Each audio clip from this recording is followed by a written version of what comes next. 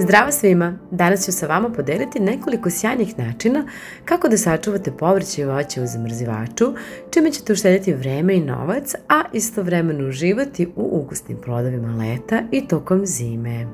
Najprije ću vam pokazati kako da napravite svoj super miks za čorbu, koji će vam uštedjeti dosta vremena. Potrebno je najprej da očistite, a zatim i narendate nekoliko glavica crnog luka.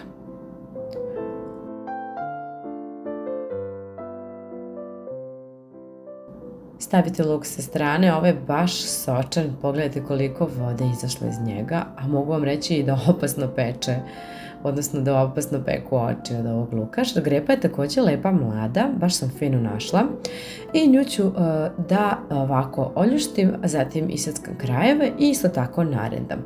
Što se tiče količine sastojaka, jednostavno sami iskombinujte.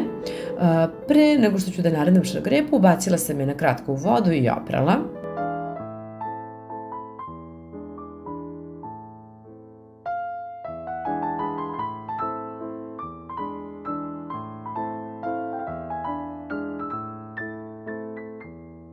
Voljela bih da mi napišete odakle gledate ovaj video.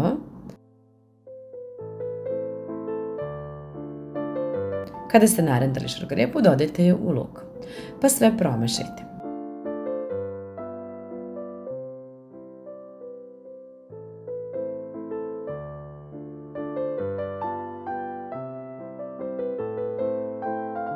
Sada ćemo to da stavimo u kese. Ja biram ove kese sa zip zatvaračima jer su mi zaista fenomenalne.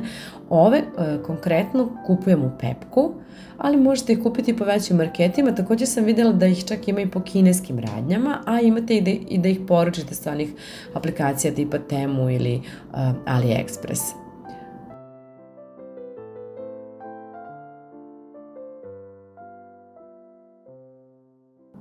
Sad ovako prvo rasporedim šargarepu svuda po kesi i zatim pritisnem kako bi izašao višak vazduha i eto.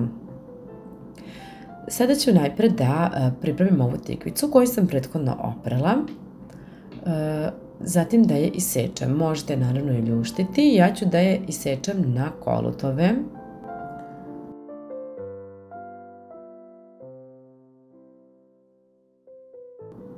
I ona će mi biti super za možda neko pakovanje ili eto neki dodatak jelima. A imam i pomoćnika kao što vidite. Tikvice ću sada isto da stavljam u ove kese, ali ću ih ovako ređati da se ne lepe jedno za drugu jer mi je tako lakše i na taj način mogu da izvadim tačno onoliko koliko mi je potrebno. I evo, jedna tikvica stala je u ove dve kese. Ovo je druga manja tikvica i nju ću da upotrebim isto tako za čorbu ili za pripremu neke pite ili proje, pošto ja volim da narendam tikvicu i da je dodam u recimo proju. Na taj način ovi moji ukućani koji baš nisu ljubitelji tikvice je ni ne osete, a pojedu je.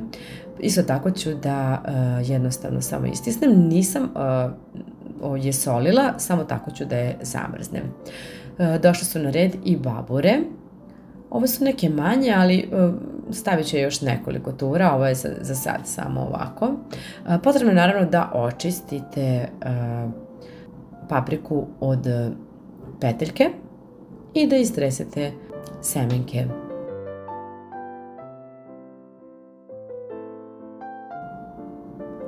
A sada ređajte jednostavno papriku u kese.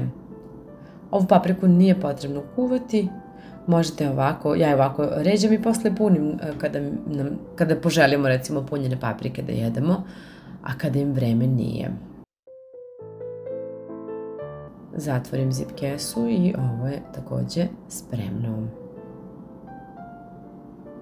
Naravno, možete i u običnim kesama ovo da pakujete, ne moraju biti zipi, prosto meni su jako praktične.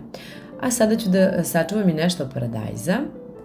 Ovo je domaći paradajz, zbog toga je takav kakav jeste, tako izgleda, ali njega koristim na ovaj način u nekim jelima, a koristim ga i da zatvorim recimo papriku kada pravim punjene paprike i za to mi je potrebno. Također imate još dosta mojih videa kako da sačuvate paradajz u zamrzivaču na kreativne načine, da ga sameljete i slično. Ostavit ću vam dole u opisu link pa možete da pogledate. Ostalo mi je još malo paradajza i imam i paprike, ovo je domaća.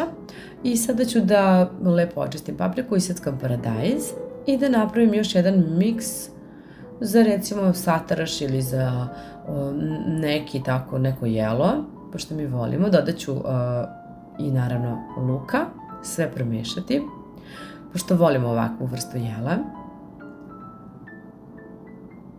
Staviti naravno sve u kesu i imam još jedno praktično polugotovo jelo, zašto da ne iskoristim ovu letnju sezonu. A imam ovdje i nešto malo šljiva koje sam prethodno oprala i prosušila. Sad ću ih jednostavno iseći na pola i izvaditi im košticu. Šljive zatim ređam u kesu. Ređam ih isto ovako kako bih mogla da uzmem onoliko koliko mi je potrebno, jer se na taj način neće slepiti jedno uz drugu, toliko kao kako bi se slepile onako da ih sve samo jednostavno ubacite u kesu. Ovdje imam i ovu papriku.